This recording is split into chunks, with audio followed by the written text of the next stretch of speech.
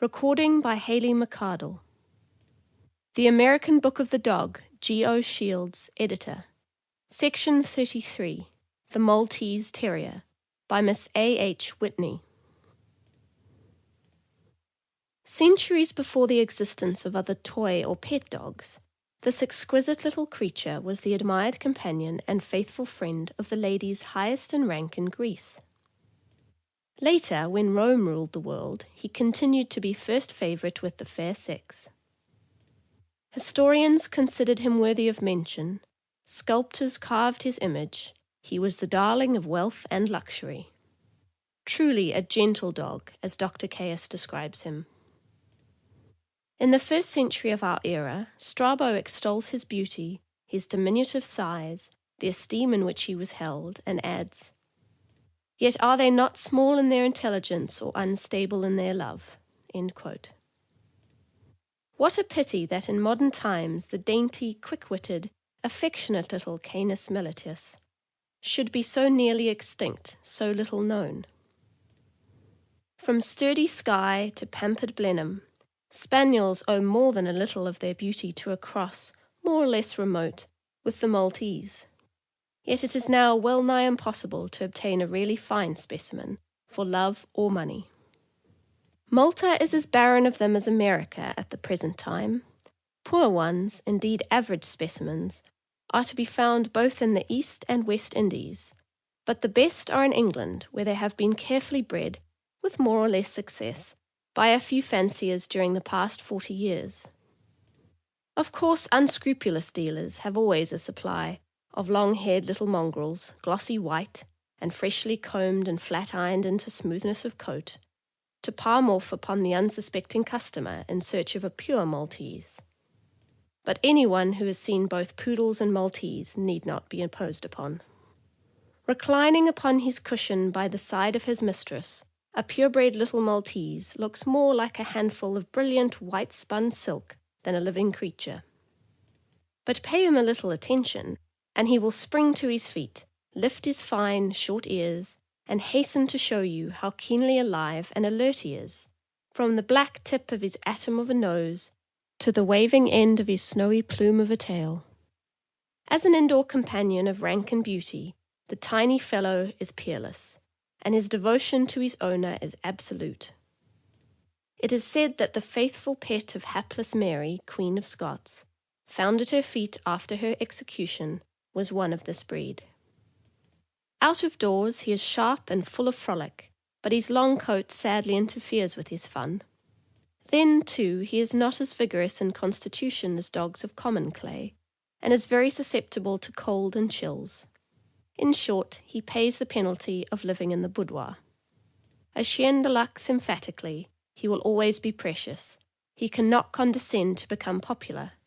And as for his utility, why demand any such commonplace quality of a gem? Beauty is its own excuse for being, and truly a typical Maltese is beautiful when in full coat and well groomed. Numberless are the stories of the quick-witted devotion of these little pets, as excitable as they are affectionate, and as sagacious as the wisest philosophers of dogdom. One incident worth recounting occurred many years ago. A baby boy was asleep in an upstairs bedroom, the servants in the kitchen, and the master and mistress at a public assembly. Suddenly, the gentleman's attention was attracted by the unexpected appearance of his tiny Maltese dog, whom he supposed was safe at home. The little creature was in a frenzy of excitement, barking, whining, and tugging at his coat, as if to pull him from the room. His master, trusting to the sense of his pet, yielded to his frantic entreaties, and allowed himself to be led home, the dog jumping up and barking all the way. Upon reaching the house, it was found that a candle burning by the bedside of the baby had set the curtain on fire, and the dog, after rushing downstairs and calling the servants to the rescue, had made his way out of doors and to the assembly rooms in search of his master. We hope that dear dog lived as long and happily as Lady Gifford's wonderful Brendelyn, who at 19 years of age enjoyed good health. One little 4-pound Maltese was so fond of her mistress that she would make incredible efforts to keep near her, and one day the dauntless creature leaped from a second-story window in order to share the morning drive. These dogs are wonderfully alert watchmen, and not a sound escapes their keen ears. Like their relatives the poodles, they are quick to acquire tricks and eager and proud to show off their accomplishments. To Mr. R. Mandeville of London, Mr. J. Jacobs of Oxford, and more recently the late Lady Gifford of Red Hill, and Mrs. Bligh Monk of Colle Park, are we indebted for the patient and persevering breeding which has produced the best modern strains of the Maltese dog. Indeed, their specimens, or specimens bred by them, or of their stock, are tolerably sure to sweep the board at all the leading English shows. Here in America the breed is practically unknown. I doubt whether anyone can be found among our impatient fanciers willing to keep a Maltese more than 2 years, waiting for it to appear in full coat. But 4, and often 5, years elapse before he is quite furnished and in full bloom. It is said that a pair, Cupid and Psyche, were brought from the East Indies at great expense in 1841 by Captain Lukey of the East India Company's service. They were purchased to present to the Queen of England, but after a rough voyage of 9 months and little or no grooming, their coats were so matted and soiled that they remained in private life and never knew how great an honor they had missed. A dog needs a court costume as much as a man, if he is to be presented to royalty.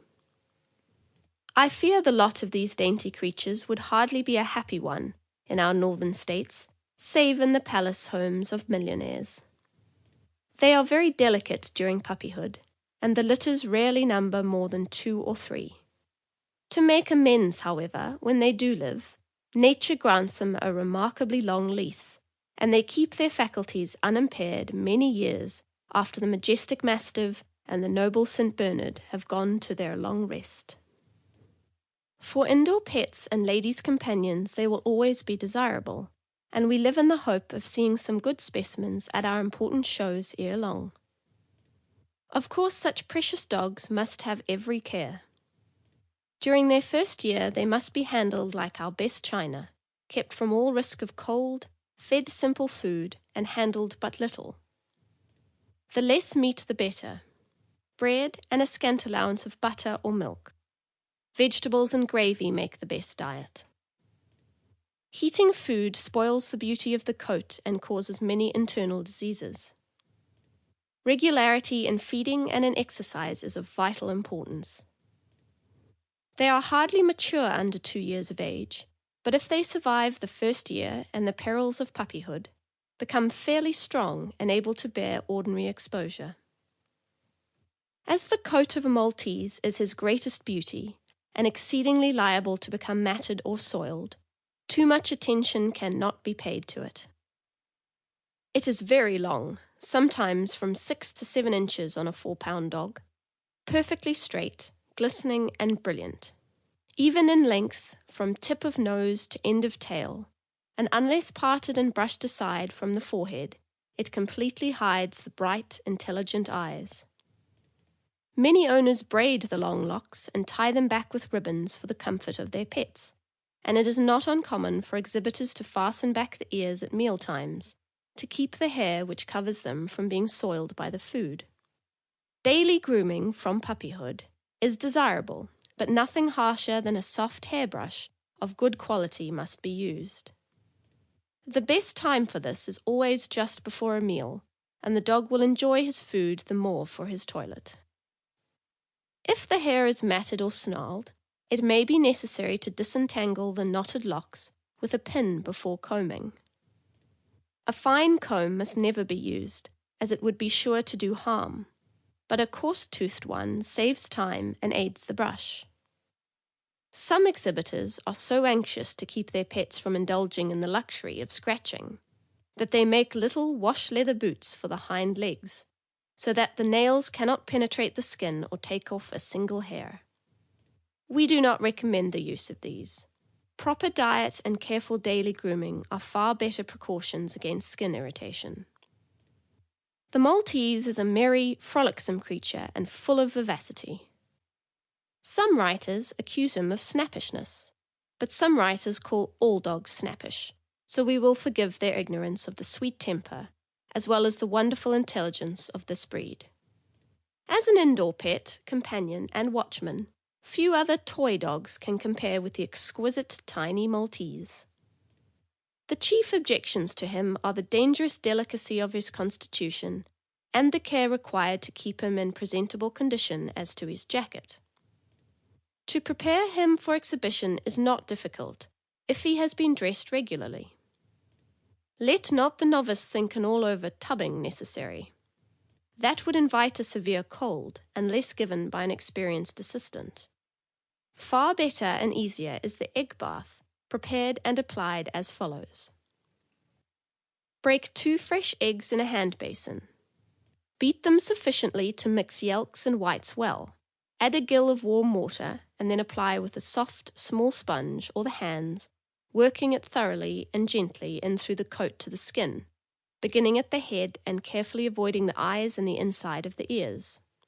When the dog is well lathered, wash off with tepid water and a sponge, but no soap, as you value the brilliancy of your future prize winner's jacket.